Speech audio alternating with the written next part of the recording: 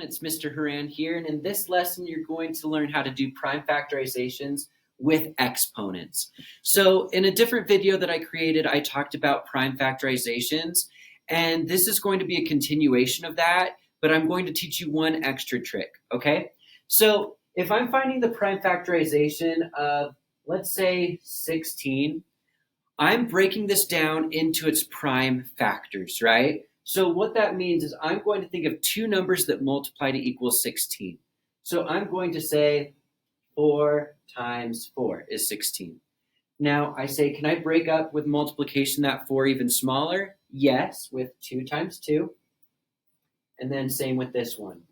So if I was to write out the prime factorization of 16, it would be 2 times 2 times 2 times 2. Now, sometimes we just don't want to have to write out our 2's that long, right? And we learned about exponents and how those are used. And really, this looks like a phrase right here that could be used, that could use a power or an exponent right here. And so if you see a number that's repeated more than one time, then you can turn it into a power using it in an exponent. So I say, oh, I see a bunch of 2's here. So I'm going to write a nice 2, and then my exponent is going to be how many times you see that 2. So I see 4 of them. So I could just write this as 2 to the 4th power. So 2 to the 4th power is 16.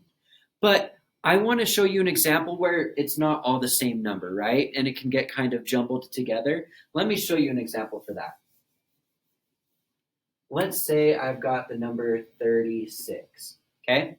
So right here, I have 4 times 9 is 36.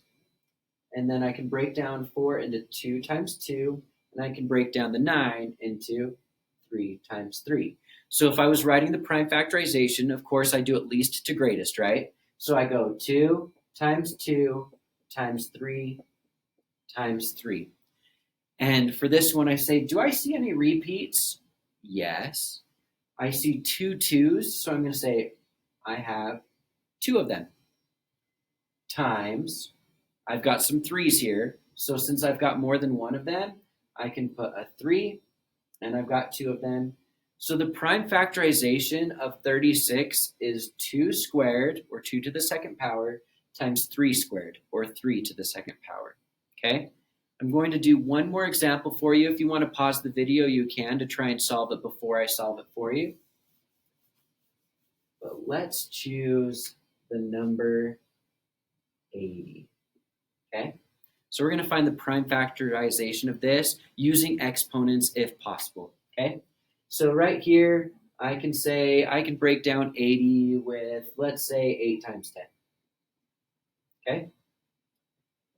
I can break down 8 as 4 times 2, and 4 is 2 times 2, and this one is 2 times 5. So I can see that I've got 1, 2, 3, 4 2's. So I'm going to say my prime factorization is 2 to the 4th power, and then I have a 5 right here. So I'm going to say times 5. So it's okay that there's only one 5. So I just don't put an exponent. Technically, you could put a 1 since there's 1 5, but we don't normally do that when there's just one of them, okay? So that's how you can do prime factorizations, but also use exponents so that you don't have to write 2 times 2 times 2 times 2 times 5, okay? Which you should always double check that if you multiply those out, it will balance back to your original 80 to make sure that you didn't accidentally add 2 of them.